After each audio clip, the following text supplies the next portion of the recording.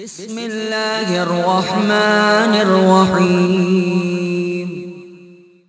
وعلیکم السلام ورحمۃ اللہ۔ محترم جناب معشوق علی صاحب شارجہ UAE سے آپ نے یاد فرمایا، شکریہ۔ آپ نے سوال ارشاد فرمایا، نماز میں سورۃ الفاتحہ کے بعد تلاوت کرتے ہوئے 2 آیتیں پڑھنے کے بعد شک ہوا، متشابہ لگا کہ اب تیسری آیت یاد نہیں آتی، نہ ہی وہ زبان پر الفاظ آ رہے ہیں، تو اسے چھوڑ کر کسی اور سورت کو پڑھ کر یا کسی اور سورت کی بعض آیات کی تلاوت کر کے رکوع کیا اور باقی نماز مکمل کر لی، تو کیا ایسی صورت میں سجدہ سہو لازم ہوگا یا نہیں؟ جواب: محترم، سجدہ سہو اس صورت میں لازم آتا ہے جبکہ سہون کوئی واجب ترک ہو جائے۔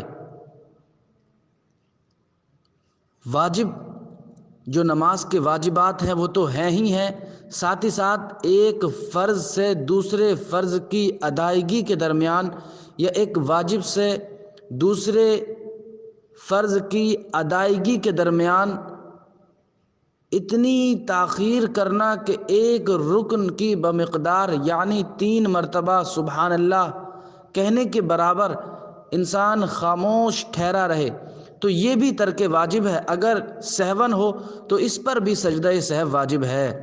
لہٰذا اگر آپ کو متشابہ لگنے کے وقت میں آپ 3 مرتبہ سبحان اللہ کہنے کی مقدار خاموش ٹھہرے رہے، پھر آپ نے کوئی دوسری صورت پڑھی یا دوسری صورت کی بعض آیات پڑھی، تو ایسی صورت میں سجدہ سہو واجب ہوگا۔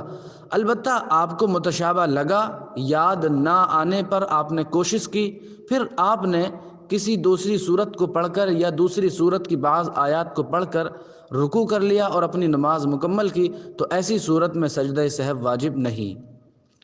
دوسری ایک خاص ضروری بات، محترم، جب بھی کبھی سورۃ الفاتحہ کے بعد تلاوت قرآن کرتے ہوئے سورت پڑھتے ہوئے متشابہ لگ جائے اور آگے یاد نہ آئے، تو اب آپ یہ یاد رکھیں کہ جو آپ پڑھ چکے ہیں وہ ما یجوز بہ الصلاۃ کے لیے کافی ہے یا نہیں، یعنی وہ کوئی چھوٹی سورت کے برابر یا چھوٹی 3 آیتیں یا بڑی ایک آیت کے برابر جو چھوٹی 3 آیتوں کے برابر ہو۔ اگر اتنی مقدار میں آپ تلاوت کر چکے ہیں تو اب الگ سے بھی کسی اور سورت کی بعض آیات کو یا کسی چھوٹی سورت کو ملانے کی حاجت نہیں ہے، آپ رکوع کر سکتے ہیں۔ امید ہے بات آپ کی سمجھ آ گئی ہوگی، باقی واللہ تعالی عالم۔